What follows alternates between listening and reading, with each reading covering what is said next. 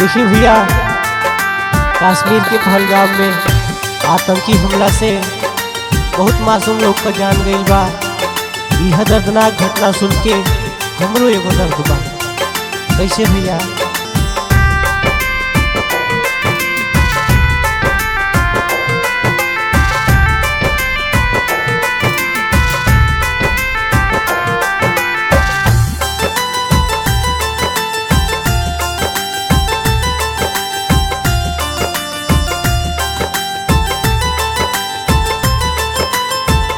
जनमा तमरला एकदम कई के लाचार हो।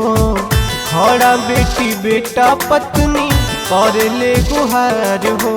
खड़ा बेटी बेटा पत्नी कर ले गुहार हो। जनमा तमरला एकदम कई के लाचार हो। खड़ा बेटा बेटी पत्नी कर ले गुहार हो। खुदा न माफ करी है तुहरा के कबहू। खुदा न माफ करी है तुहरा के कबहू। दिहला तू खुदा बाबूजार हो। जाए पपिया बनला कसैया। जाए पपिया बनला कसैया। दिहला तू बगिया उजार हो। ए पपिया दिहला तू बगिया उजार हो।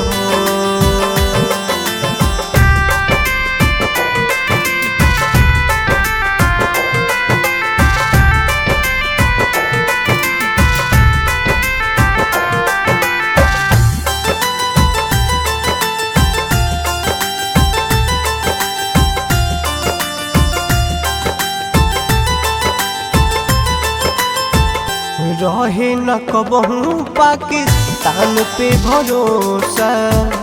साजल सपनावा में मिल गईल धोखा।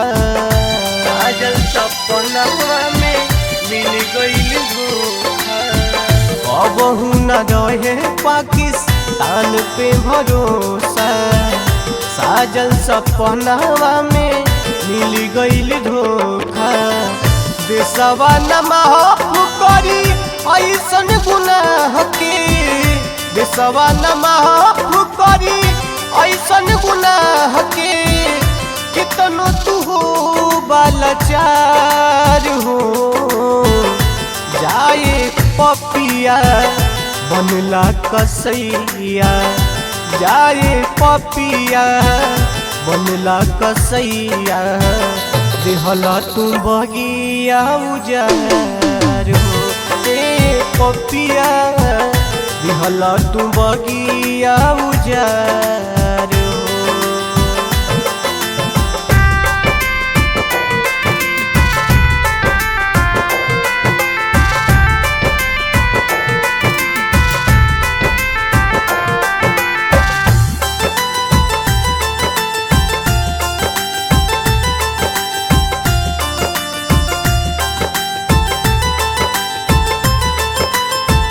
बच के बचाई लेता हिंदू धर्मवा। पूछी पूछी मरले बाटे हिंदू के नमवा। पूछी पूछी मरले बाटे हिंदू के नमवा। बच के बचाई लेता हिंदू धर्मवा। पूछी पूछी मरले बाटे हिंदू के नमवा। कहे रंग बहादुर सरवन धर्म बचाइला। कहे रंग बहादुर सरवन धर्म बचाइला। होत बा बहुत अत्याचार हो। जाए पपिया बनला कसैया। जाए पपिया बनला कसैया। दिहला तू बगिया उजार हो। ए पपिया दिहला तू बगिया